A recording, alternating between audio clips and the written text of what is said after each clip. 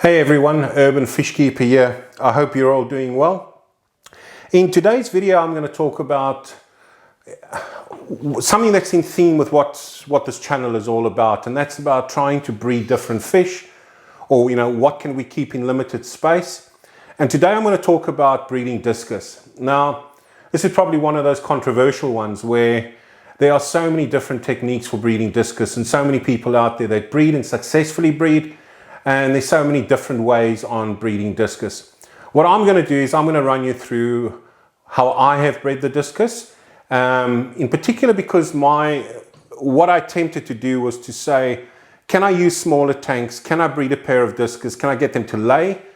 Can I get them to rear the young to a certain age? Can I remove it and then start raising those young? And just run through some of the challenges that I've had in that process. So what I'm going to do is I'm going to talk about the discus behind me in particular.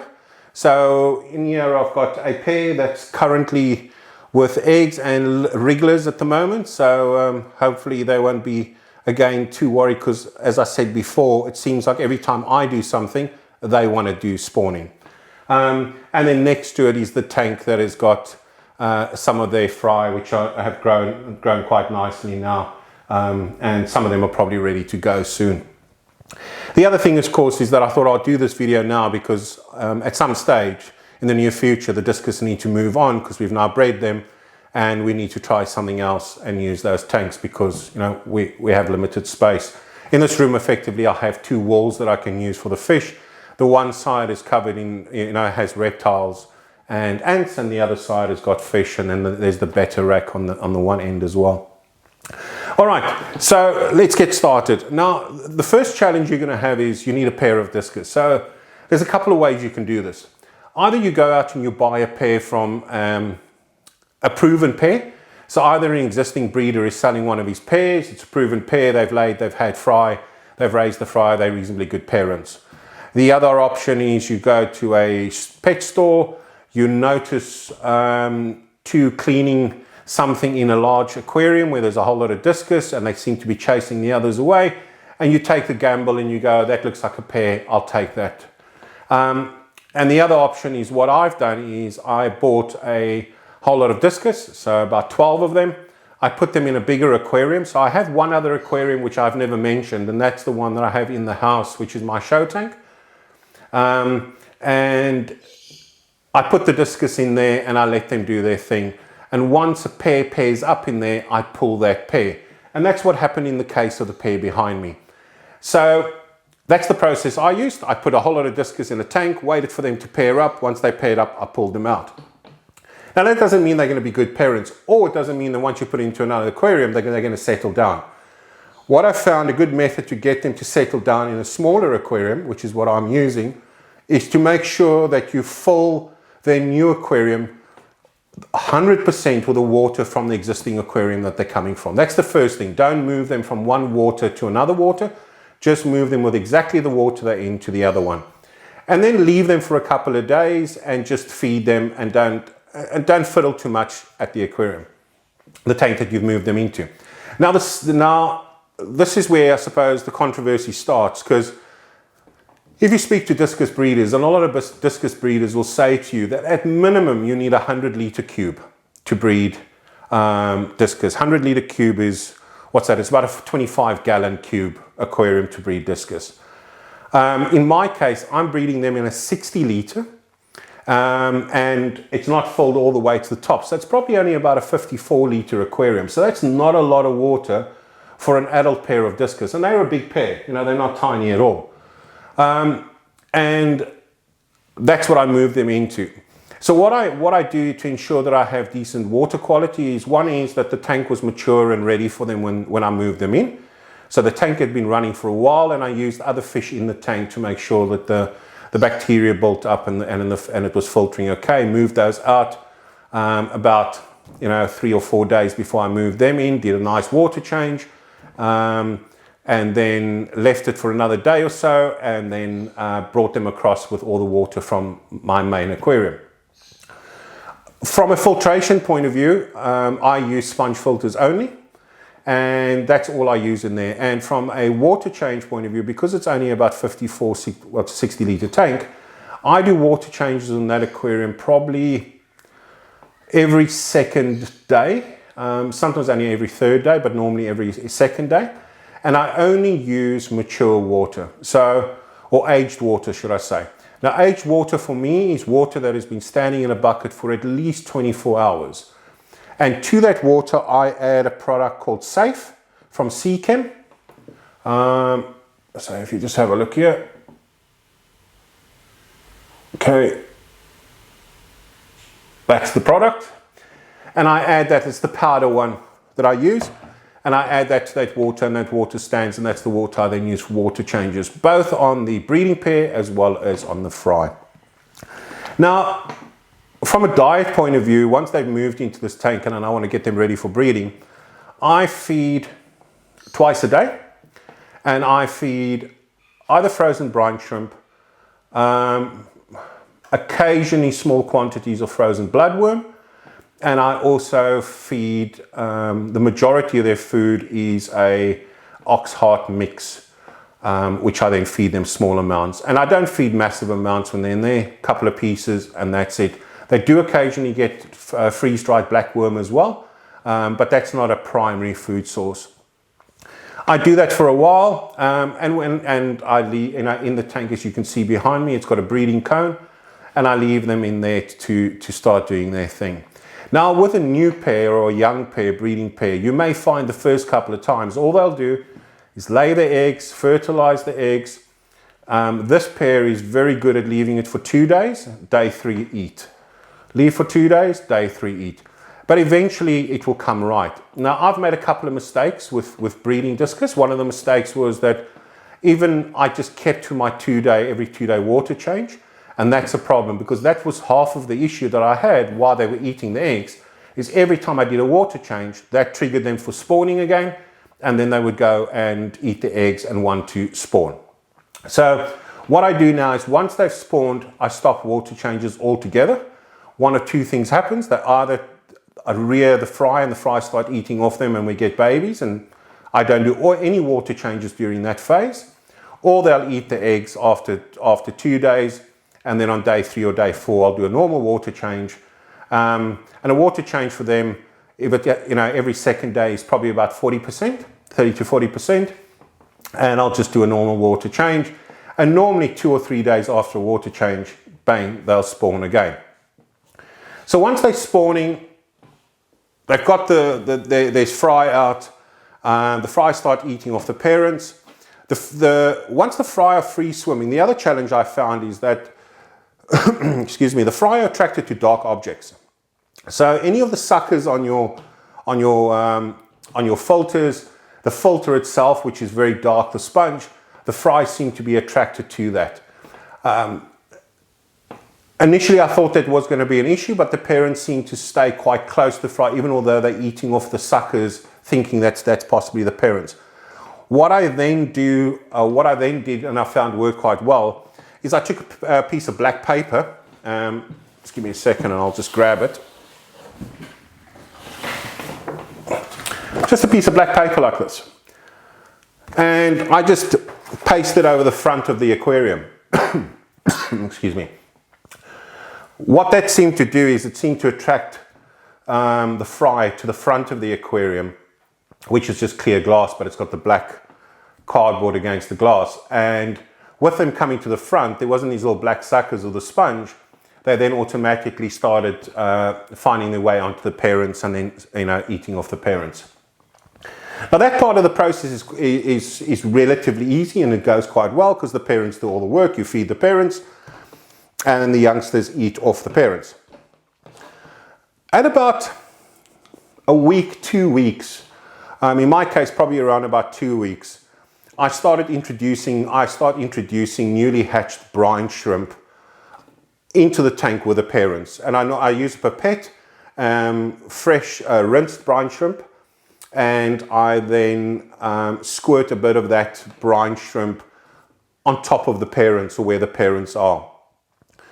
Once I'm comfortable that their bellies, and I normally do that for a week or even longer, once I'm comfortable that I'm now seeing really nice little pink bellies, they leave the parents to go and eat the brine shrimp, I am then comfortable to move that fry away from the parents. I'd rather err on the side of leaving them a little bit longer than pulling them too early. But once you can see them happily swimming around, picking up the brine shrimp, nice pink bellies, they're ready to go. And at that stage, you'll be feeling really confident and this is really going well.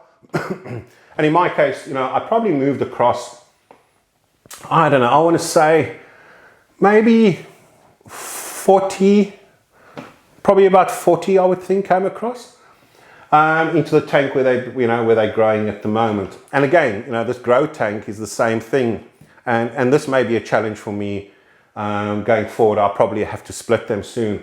Is the grow tank is also only 54 litres or 60 litre tank. And for that, you probably need to do, you know, well, in my case, I was doing a lot more water changes in the initial period. Once you move the youngsters across, probably around about week 4, and I'd read about this and thought, not too sure, you know, I don't know if that's that true, but let's see how it goes. All of a sudden, you start losing baby discus, 2-3 a day. That's it, they just start dying off. Doing all the water changes, water parameters are fine, everything else is good. You just keep on losing. Now, I read some articles and spoke to some people, and apparently the babies get from the parents can get gill flukes, and that causes a problem for them. I then went out and bought a product after doing some research, and the product is called Wormer Plus. Now, the reason I bought this particular product is because out of all the ones that I read, it was the one that I felt was the least invasive when it comes to, you know, because you could do it with plants, you can do it with other fish in the aquarium, etc., etc. And I found that to be least invasive. That means that it's probably not going to be as hard on the fish as some of the other medication. The downside to this stuff is, and this is a Gear Wormer Plus.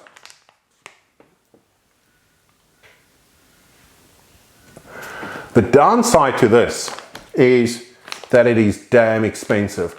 This is 20 grams in here, and I think I paid over $70 for this 20 grams, probably closer to $80. So it is an expensive product, but I'll say this much. Once I started using this product with the baby discus, the deaths stopped within 2 or 3 days. That was it. And I'm down to, I think I've got about 26 in there now. And since I treated them with this, I haven't had any deaths. So, you know, for me, that's the one thing that I learned is, you know, maybe I don't like using medication, but for discus, I think you need something like that. Now, when it comes to water parameters, I don't chase parameters when it comes to breeding discus, or I didn't in this case. So I'm not trying to get a particular pH or that I need to make sure I get it right every time I do a water change. I use tap water. The tap water is aged. As I've said, I use safe. I add that to the water 24, 48 hours later. I'm using that water. The bucket's always in the room. Now, the water coming out of my tap is probably in the high 7s, close to 8. But what's very interesting, the water pH drops really quickly. So to give you an indication, I'm just going to take, so I've got some of my aged water next to me, and I'll just take a quick reading of this water, and I'll tell you what that is. So the aged water, so this is water that has been standing for at least 24 hours.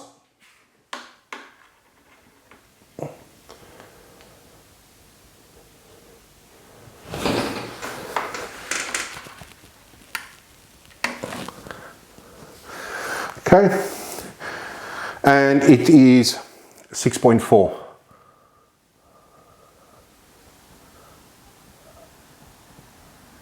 Okay, so it's dropped from the high 7s down to 6.4 in, call it 30 hours.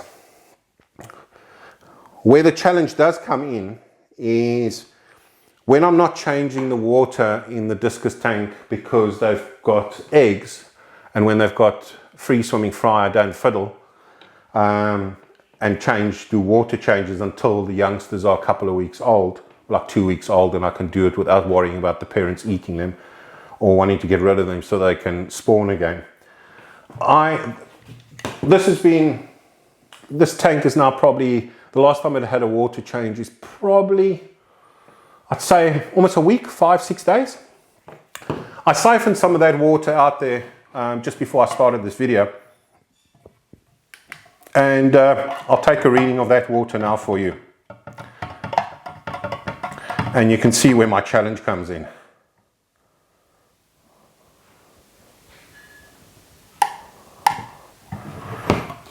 Okay, that water's down to 4.9 already.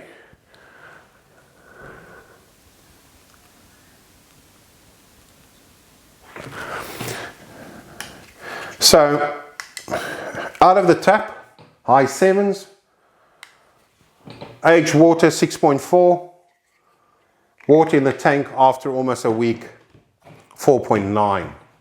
Now, I could buffer that water and not let the pH go as low as that, and I probably should buffer it a bit, and you can use a little bit of coral or something like that in the water to buffer it, because the challenge now is when I do the water change, there's a big change in the pH and I have to be careful that they don't get pH shock.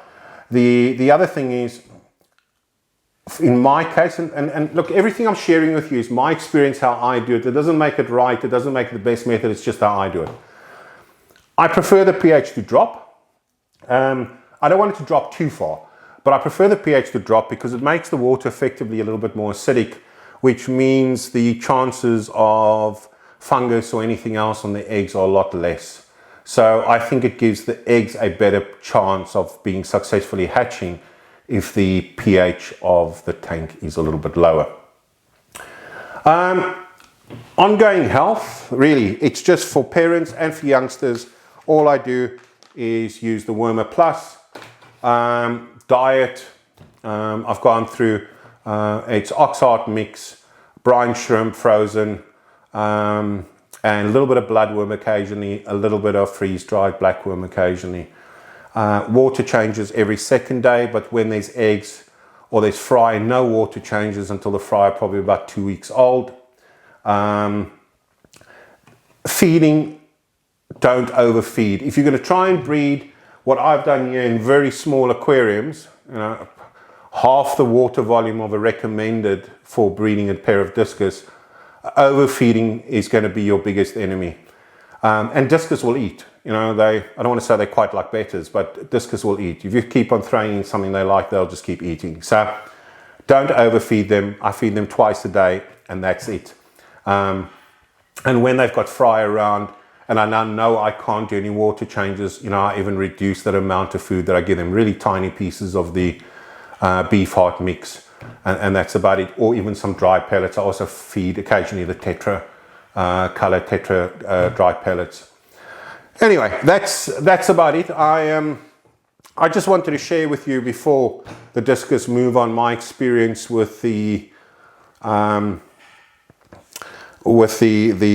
discus and breeding them in small aquariums, and how I went about doing that, selecting the pair, getting them going. Water changes seem to be a really good trigger to get them going.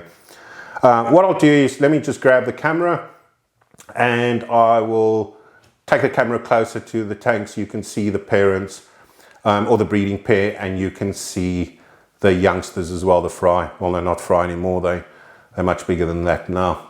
All right, so let me grab that and let's go have a quick look.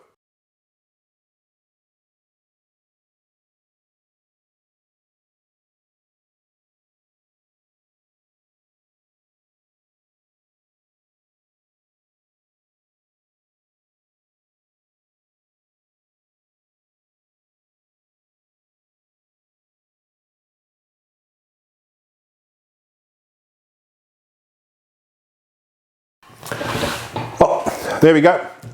Once again, guys, thank you very much. Thanks a lot for watching, especially those that subscribe. I really appreciate it. To those of you that provide me with comments and feedback and suggestions, I do appreciate it. Thank you very much. And I try and make sure that I answer all of your questions. So have a good week. Happy breeding.